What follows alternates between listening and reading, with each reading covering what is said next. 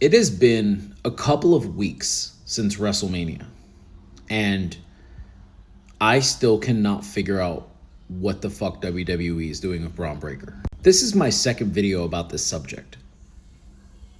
Seth Rollins and this group, the Oracle, the Vision, whatever they're going to call it, have been compared to evolution.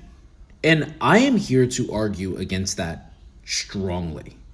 Because Randy Orton and Batista, they were the future and they were treated as such. Bron Breakker, who was one of the fastest rising stars in the history of the business, wins the NXT Championship twice, comes up to the main roster, wins the Intercontinental Championship, helps get Jey Uso over, then wins the title back, goes into WrestleMania as the Intercontinental Champion, and comes out a fucking mascot.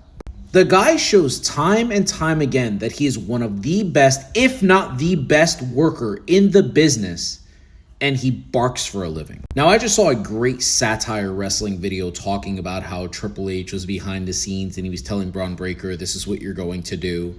And I gotta say, although I really enjoyed the video, it really pisses me off that this video, although painted as satire, is very much true. Bron Breakker hasn't said a fucking word that's not woof since WrestleMania.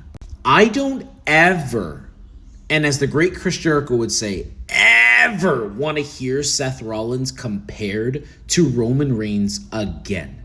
Because we came out of the bloodline with fucking stars. Seth Rollins is very much like his mentor. He is very much like CM Punk. And I would go as far as saying that the Oracle, the Vision, whatever they copyrighted, that this group is more so the straight edge society. Because there were multiple people in that group, but CM Punk was the star. It is very, very clear to me that Triple H made it his mission to build Seth Rollins at the detriment of two bigger and better stars. I'm not saying that Bronson Reed or Bron Breakker are going to eclipse everything that Seth Rollins did in his career, but they have potential to be the it stars of this era.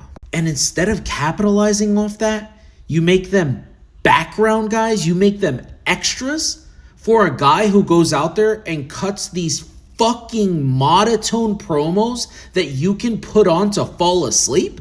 I love Seth Rollins and I can't wait till he works because I love watching this man in the ring.